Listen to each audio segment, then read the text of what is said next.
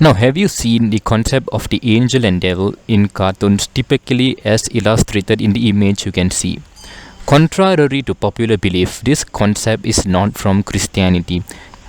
This is taken from Hinduism. This is part of Hindu Tantra.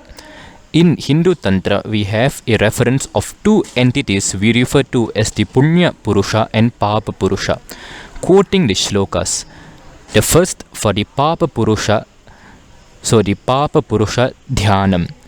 Tada Shavasanavayam Vamakukshisthitam Ankushtaparimanakam Brahmahatya Shiro Yuktam Kanakasteya Bahukam Madirapana Hridayam Guru Talpakati Yugam Tat Samsarga Upadvandvam Upapatakamastakam Khadga Charma Dharau Dushtam Adho Vastram Sudussaham. So the shloka above is the dhyana mantra for the Paapa Purusha, or the personification of sin. He resides in your left underarm. His body parts are associated with different types of the 5 major sins, the 5 major papas. He holds a sword and wears a dirty vastram. You can equate this to a dirty dhoti. He is the size of your thumb. The pataka, sin of killing a brahmana, forms his head. The pataka of stealing gold forms his hands. The pataka of consuming intoxicants forms the heart, and the papa of sexual misconduct forms the hip region. The sin or the papa of being around such people who do all these mentioned sins, form the feet. The upapatakas, in reference to the second or third degree of sins, form the forehead. Also, the Paapa Purusha is said to be thumb-sized. As per the Kathopanishad, the Atma within man is also of the same size. The 5 major sins, Panchamaha-patakas, are often mentioned in the Upanishads. Also, the Paapa Purusha, for example, the Ganapati Upanishad of Atharva Veda reveals in the verse, Sa Panchamaha Papaat Pramuchyate. The breakdown, Saha means he, Pancha which means 5, Mahapapat which means the great sins, Pramuchyate is freed. So the meaning and commentary, he is freed from the great 5 sins. This is in reference to one who studies and recites the Ganapati Upanishad.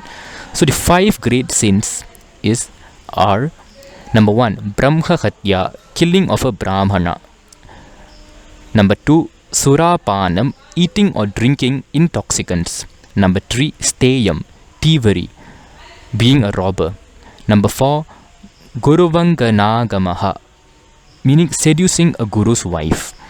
Number 5, Sansargaha, which means association with people who commit the mentioned 4 sins even after knowing about it. Now let us look at the Punya Purusha Dhyanam.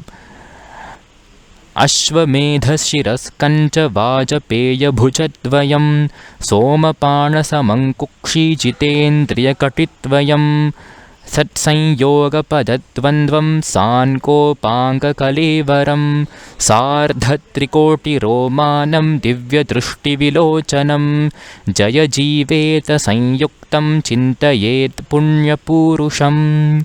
So the dhyana shloka which we just saw describes the Punya Purusha, the personification of good merits. The Punya Purusha's body parts constitute the merits of various yagas. For instance, the head represents the merits obtained from an Ashvamedha yaga. The merits of a Vajapeya yaga constitute the hands, and so forth. The Punya Purusha resides at the right underarm. So the application of these two entities.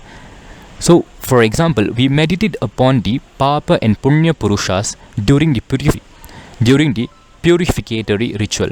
For instance, during the Purvanga Puja of a Chandi Homa or a Chandi Yaga, we meditate upon the Paapa Purusha as per the dhyana shloka mentioned and invoke the seed mantras, the bija mantras of the wind and fire elements of Vayu and Agni, to dry and burn the Paapa Purusha to incineration and to finally expel him out of the body using specific formulae and visualizations. So this is an example of how This particular concept of the Punya and Paapa Purusha is used in a ritual, in a yaga, and this comes from verily Hinduism.